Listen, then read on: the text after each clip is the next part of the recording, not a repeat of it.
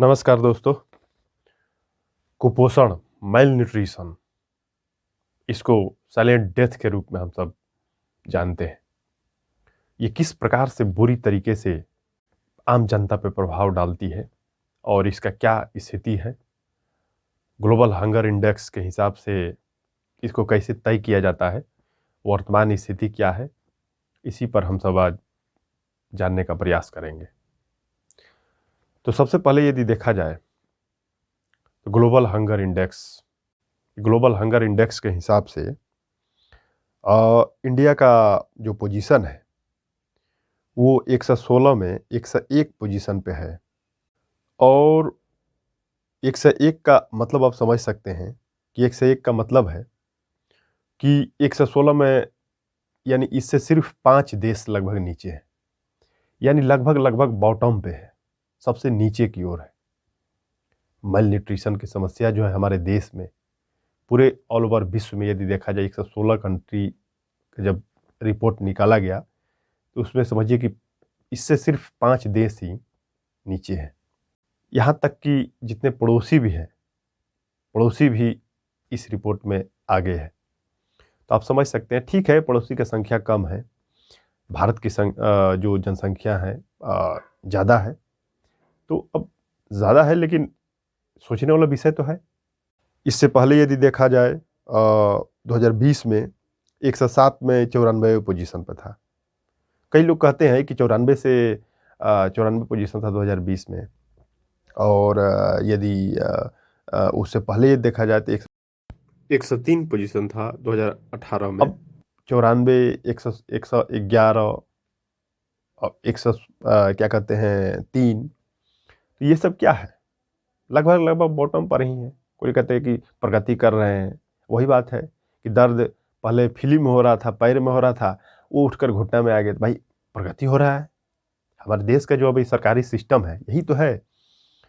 पूछा जाएगा यदि कि क्या स्थिति है देश का, शासन का, देश में क्या स्थिति सुधर रहा है कि नहीं, बोले हाँ बिल्कुल सुधर रहा है। पहले रिपोर्ट रेप का रिपोर्ट मान लीजिए कि अगर 100 था तो अब 98 हो गया है, 99 हो गया है, बिल्कुल सुधार हो रहा है। पर ये कभी नहीं सोचते हैं कि 100 में 98, ये 198 का यहाँ आंकड़ा का बात नहीं है, सोचने वाला विषय है कि ये कितना कम सुधार हो रहा है। कहीं तो नए रिपोर्ट भी सामने आता है। तो अब ऐसी स्थिति में ये सोचने वाला विषय बन जाता है। कुपोषण का भी यही स्थिति है, प्रगति कर रहे हैं, तो ये कहाँ प्रगति कर रहे हैं। ये ग्लोबल हंगर इंडेक्स जो है, ये आयरिस का एक है संगठन, कंसर्न्ड वर्ल्ड वाइड और एंड वर्ल्ड हंगर या हिल्फ है जर्मनी से, ये दोनों मिलकर ग्लोबल हंगर इंडेक्स को क्या कहते हैं बनाता है। उसी के द्वारा ये तैयार करके बनाया जाता है, उसके बाद जब निकलता है। तो यदि देखा जाए ग्लोबल हंगर इंडेक्स को कैसे तय किया जाता है, इसका मापदंड क्या है, इसमें 3-4 लगभग है। उसमें पहला है अंडर नरिशमेंट, यानी कि अल्प पोषण।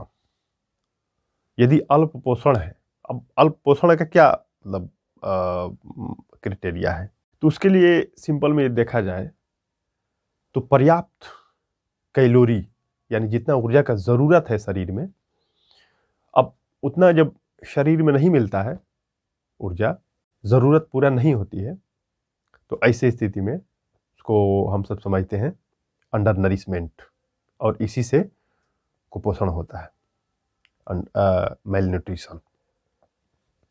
इसके बाद यदि सेकेंड देखा जाए तो वो मापदंड है चाइल्ड वेस्टिंग। अब चाइल्ड वेस्टिंग एग्जाम्पल में ये देखा जाए तो 1/6, यानी हमारे देश में हर एक छठा बच्चा चाइल्ड वेस्टिंग का शिकार है। यानी कि 5 वर्ष से कम उम्र की जो जनसंख्या है, बच्चे हैं, तो उसका जितना कद है, कद के हिसाब से वजन कम है।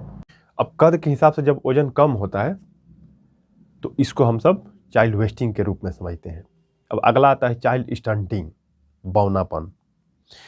अब ये बौनापन क्या है, उम्र के हिसाब से लंबाई नहीं बढ़ता है, इसी को बौनापन कहते हैं। ये सब कुपोषण का ही रूप माना जाता है, कुपोषण के अंतर्गत इसको रखा जाता है। इसके बाद चाइल्ड मोर्टेलिटी, यानी जब बच्चे पैदा होते हैं तो कितने संख्या में मरते हैं, इसको भी काउंट किया जाता है कुपोषण के रूप में। अब कुपोषण में ये सब child studying, child wasting, under nourishment के अंदर चाइल्ड अंडर वेट के वेट भी देखा जाता है कि भाई उम्र के हिसाब से उसका वेट कितना है। कितने बच्चे को देखे होंगे आप सब गांव में, बच्चे बच्चे उसका पैर पतला, पेट पूरा निकला हुआ, छाती का हड्डी गिना जाएगा।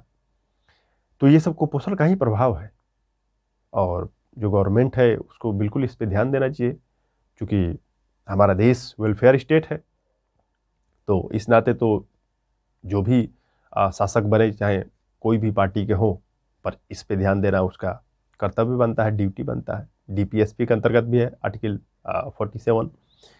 आर्टिकल 21 भी देखा जाए तो जीवन जीने का अधिकार, गरिमापूर्ण तरीके से जीने का अधिकार है। लेकिन उसके साथ एक चीज़ यहाँ पे है कि फंडामेंटल राइट्स में फूड को, भोजन को नहीं रखा गया है। रखना चाहिए, उस तरह ये समझने के लिए देखा जाए तो आर्टिकल 21 के अंतर्गत इसको रखा जा सकता है, पर पर्सनली इसको अलग तरीके से 21 में नहीं रखा गया है। हालांकि डीपीएसपी देखा जाए, direct principle of state policy, तो उसके अंदर आर्टिकल 47, उसके अंतर्गत तो भाई राज्य का कर्तव्य है ये करे। तो अब देखिए कि ये सब इसका कारण क्या है। रिपोर्ट में ये देखा जाए तो अंडरवेट में 35% था 15-16 में। इसके बाद 19-20 में 9% घट के हुआ। इसके बाद 9% घटा, यानी 35% में 9% घटा। स्टंट में देखा जाए, चाइल्ड स्टंटिंग में तो 38% था 15-16 के डाटा में, और वो घटकर हुआ 10। ये NFHS की रिपोर्ट है, नेशनल फैमिली हेल्थ सर्वे का। वेस्टेड चिल्ड्रेन का ये देखा जाए तो 21% है, 6% घटा है 19-20 में। तो वही बात जो पहले हम बोल रहे थे कि थोड़ा सा घट जाता है, हम सब बोलते हैं प्रगति कर रहा है, प्रगति कर रहा है। तो कैसा प्रगति है भाई? प्रगति करने के लिए तो जितना कम से कम 0% के लगभग हो, ज़्यादा बेटर है, उसको बढ़िया शासन कह सकते हैं। अब इसके देखा जाए तो संभावित कारक क्या है, इसका सुझाव क्या है, इस पे संक्षिप्त में हम सब देखने का प्रयास करते हैं। तो मेल न्यूट्रिशन ये है क्या? तो यानी कुपोषण, ये कुपोषण के हिसाब से देखा जाए तो जब पोषकीय तत्वों की कमी हो, या अत्यधिकता हो, या असंतुलन हो, यानी 3 रूप में ये देखा जाता है इसको, डेफिशिएंसी, एक्सेसिवनेस, और इसके बाद इम्बैलेंस। अब डेफिशिएंसी क्या है? यानी कमी अक्सर देखा जाता है असंतुलित जब भोजन नहीं मिलता है, जितना उसको मिनरल्स की ज़रूरत है, विटामिन्स का ज़रूरत है, प्रोटीन, कार्बोहाइड्रेट्स की ज़रूरत है, इन सारे जब पोषक तत्व का पूर्ति जब नहीं होता है तो डेफिशिएंसी के रूप में उसको समझा जाता है, यानी कमी है उसका। और उससे वही बात जो पहले बोल रहे थे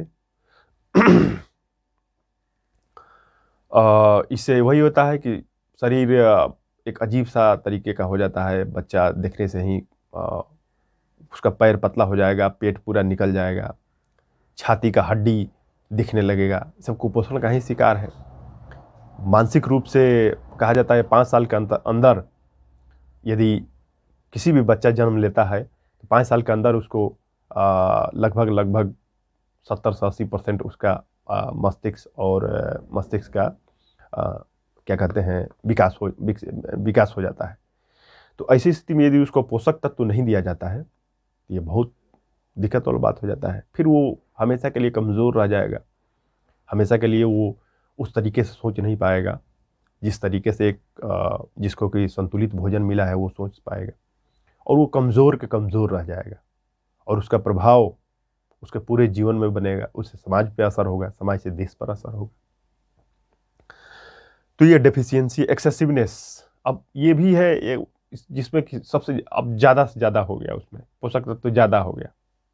भीम का तो जागोटिज्म ये देखा जाए तो उसमें हालांकि उसमें हार्मोन्स का रहता है बात, लेकिन अब ज़्यादा जितना ज़रूरत है उससे ज़्यादा हर एक चीज़ ले रहे हैं आप, जैसे कई इसका एक एग्जांपल और भी देखा जाता है कई जगह कि अब गेहूँ हो रहा है, गेहूँ खा रहे हैं, सिर्फ गेहूँ खा रहे हैं, आटा खा रहे हैं रोटी बनाकर। चावल हुआ, चावल ही खा रहे हैं। अब इसके पीछे भी इकोनॉमिक स्थिति ही कार्य कर रही है, क्योंकि उसके पास आर्थिक रूप से कमज़ोर है, पैसा नहीं है कि वो अपना जो ज़रूरत है सारा भोजन का वो जुटा पाए। तो वो क्या करते हैं कि जितने जो ही खेत से हुआ उसी को सिर्फ खाते हैं। सब्जी नहीं हुआ तो नहीं खाएंगे, आलू हुआ तो आलू ही सिर्फ खा रहे हैं। तो इस तरीके से जितने पोषक तत्व का जरूरत है, जितने चीज़ खाना चाहिए, हर एक विटामिन का जो जो चीज़ें हैं वो खाना चाहिए, पर वो जब नहीं खा पाते हैं तो जो एक ही चीज़ खाते रहते हैं तो उसे एक्सेसिवनेस का समस्या देखने को मिलता है, यानी वही चीज़ उनके शरीर में ज़्यादा हो जाता है। इम्बैलेंस भी होता है। अब इम्बैलेंस पे असंतुलित हो जाता है उसका शरीर, पोषक तत्व असंतुलित, जितना हर एक जितने पोषक तत्व है, विटामिन है, सबका एक मात्रा है कितना क्या होना चाहिए। संतुलित भोजन में ही तो होता है, लेकिन जब इम्बैलेंस हो जाएगा तो उसमें कोई चीज़ ज़्यादा हो जाएगा, कोई चीज़ कम हो जाएगा। इससे भी कुपोषण का स्थिति देखने को मिलता है। प्रतिरोधक क्षमता इससे गिर जाती है। कुपोषण होगा जिस पर इसका प्रभाव सबसे ज़्यादा यही है, प्रतिरोधक क्षमता, यानी कोई भी रोग से उसको लड़ने का क्षमता नहीं रहे। कोई रोग हुआ, गिर गया सब एकदम पूरा। अभी मुजफ्फरपुर कुछ दिन पहले का घटना है, मुजफ्फरपुर में जो घटना घटी थी, सैकड़ों की संख्या में लोग बेहोश हो गए, बच्चे बेहोश हो गए। तो प्रतिरोधक क्षमता गिर जाती है, रोग से लड़ने का जो पावर है वो खत्म हो जाता है। इम्यून सिस्टम बहुत बड़ी चीज़ है शरीर के लिए। अंडरवेट हो जाता है या ओवरवेट हो जाएगा। अंडरवेट, अब शरीर का वजन ही नहीं है, जितना वजन होना चाहिए उतना है ही नहीं, तो घट जाएगा वजन। ओवरवेट हो जाएगा किसी का, वही जो एक्सेसिवनेस बता रहे थे। इससे एक और समस्या देखने को मिलता है, नॉन कम्युनिकेबल डिजीज। अब इसका मतलब है संक्रामक, गैर संक्रामक बीमारियां इससे बढ़ती है। अब गैर संक्रामक रोग क्यों बढ़ती है? इसको गैर संक्रामक रोग को कार्डियोवैस्कुलर डिजीज भी कहते हैं। कार्डियोवैस्कुलर डिजीज, ये इस नाम से भी कई बार परीक्षाएं में पूछी जाती है। इसका मूल कारक क्या है, क्या कारण है कि ऐसा देखने को मिलता है? इसका सबसे बड़ा एक ये देखा जाए तो सॉइल पोल्यूशन, ये मृदा प्रदूषण। अब मृदा प्रदूषण जब होता है तो इसमें ये कैसे होता है, इसका सबसे बड़ा कारक क्या है? तो वैसे अभी देखा जाए तो प्रधानमंत्री के द्वारा जो चलाया गया है स्वच्छ अभियान जो कार्यक्रम है, ये बहुत अच्छा कार्यक्रम है। इसके लिए प्रधानमंत्री को बिल्कुल प्रशंसा करनी चाहिए। और ये प्रधानमंत्री अकेले नहीं कर सकते हैं, उनके साथ हर एक व्यक्ति कर्तव्य है कि उनके साथ खड़े होकर इस कार्यक्रम में भाग ले और हर एक कोई अपने आसपास की जगहों को साफ सुथरा रखने का प्रयास करे। तो इससे क्या होगा, इन्वायरमेंट, सॉइल, मिट्टी, सब चीज़ साफ रहेगा, प्रदूषण रहित रहेगा। सॉइल पोल्यूशन में एक और कारक है ओपन डिफिकेशन। अब ओपन डिफिकेशन क्या है? ओपन डिफिकेशन है खुले में शौच, जो इसके लिए प्रधानमंत्री कार्यक्रम जो स्वच्छ अभियान है उसमें उसके अंतर्गत शौचालय बनाने का कार्यक्रम है। ये भी प्रशंसनीय है, क्योंकि इसके अंतर्गत यदि शौचालय बन जाता है तो लोग बाहर नहीं जाएंगे। अब शौच में होता क्या है, हेमिल्थस नाम का एक तरह समझिए कि एक कीटाणु है, कीड़ा है जो शौच में निकलता है। और जब वो शौच में निकलता है तो वो धीरे धीरे खेत में होता है, खेत से पानी बारिश हुआ या उसको खेत में पानी डाला गया, वो पानी के जरिए वो नदी नाला तालाब में चला गया, वहाँ से फिर भूमिगत हो गया, या वहाँ से फिर जब पंप से पानी निकाला जाता है तो उसके द्वारा वो व्यक्ति तक पहुँच जाता है, और वो फिर हैजा, टाइफाइड, ये सब रोग का कारक बनता है। फिर अल्बेंडाजोल खाने का समय आ जाता है। तो खैर, और दूसरा कारण ये देखा जाए तो इंटरजेनरेशनल जो स्थिति है, यानी कुपोषण में एक तरह समझिए कि अंतर पीढ़ी रोग, यानी माँ यदि कुपोषित है उसका बच्चे भी कुपोषित होंगे, और जब वो बच्चे हैं वो उनको संतुलित भोजन नहीं मिला तो वो भी बड़े होंगे, वो भी जब माँ बनेंगे, बाप बनेंगे, कुपोषित ही होंगे। तो ये जो इंटरजेनरेशनल समस्या है कुपोषण का, ये बहुत विभत्स रूप पैदा कर देती है। ये अपना प्रभाव, इसका जो प्रभाव होता है बहुत विभत्स होता है, क्योंकि इसमें सोचिए ना कि एक तरह से साइकिल बन गया, माँ से उनके बच्चे में, बच्चे से फिर उनके माँ में, इस तरह करके अंतरपीढ़ी समस्या बन जाता है। इसके लिए सरकार को प्रयास करना पड़ेगा।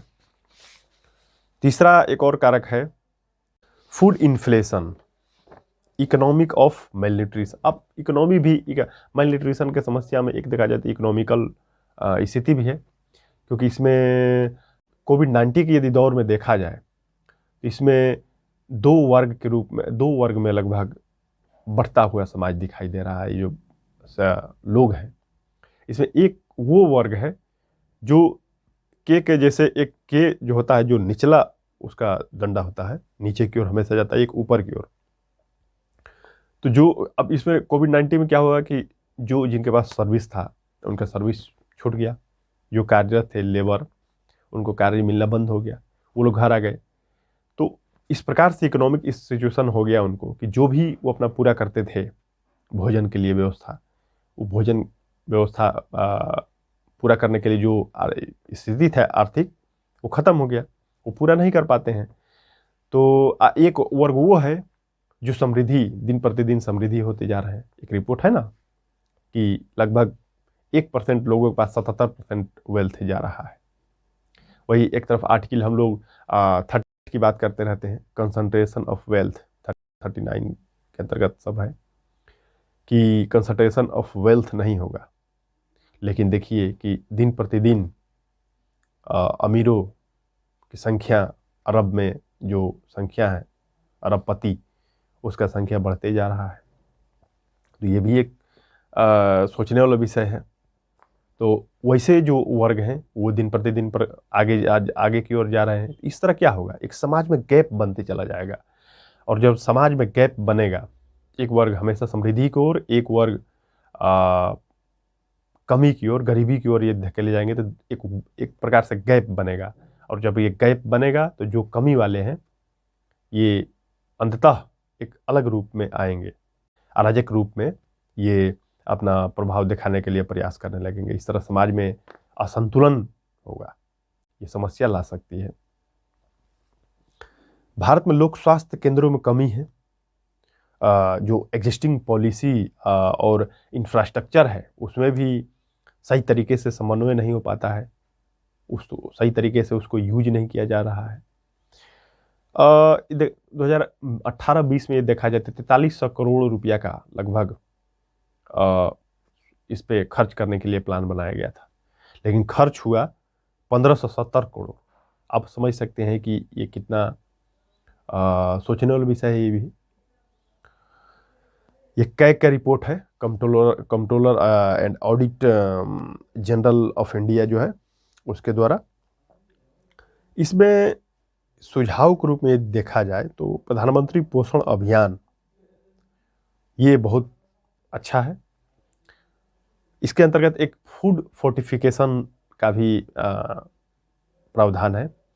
फूड फोर्टिफिकेशन में जो राइस होता है, सॉल्ट, नमक वगैरह, जो दूध है, ये सारी जो खाद्य पदार्थ है इसमें एक तरह से समझिए कि न्यूट्रिशंस दिया जाता है।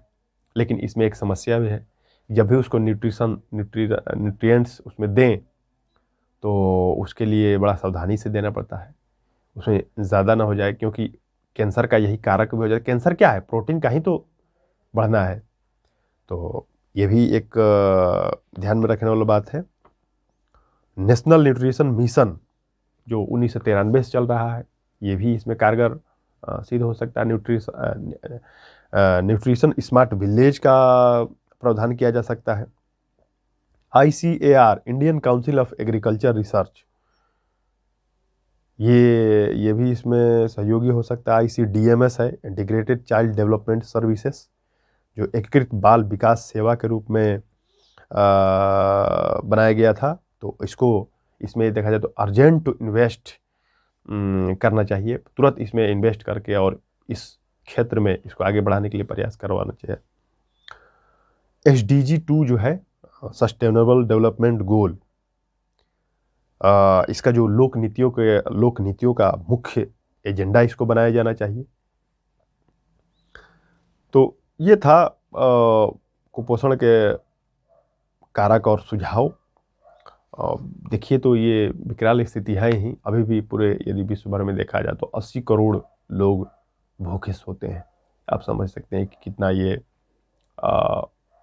वेलफेयर स्टेट के लिए या पूरे विश्व के मानवता के लिए कितना गंभीर विषय है।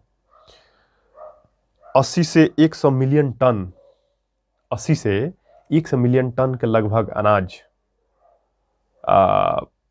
यूं ही उसको न बांटने के कारण ही खराब हो गया। तो इस पर नीति नहीं बन पाया और बट नहीं पाया। एक रिपोर्ट था ना कि गरीब जो मरते हैं भूखों, अनाज की कमी नहीं, अनाज तो बहुत है लेकिन उनको उन तक अनाज पहुंच नहीं पाता है। इस पर ध्यान देने की ज़रूरत है। तो ये था कुपोषण के बारे में, हम सब कुछ कुछ डाटा जानने का प्रयास किए और इसका स्थिति जानने का प्रयास किए। फिर मिलते हैं एक नया टॉपिक पे। आप सभी को तब तक बहुत बहुत धन्यवाद, शुक्रिया।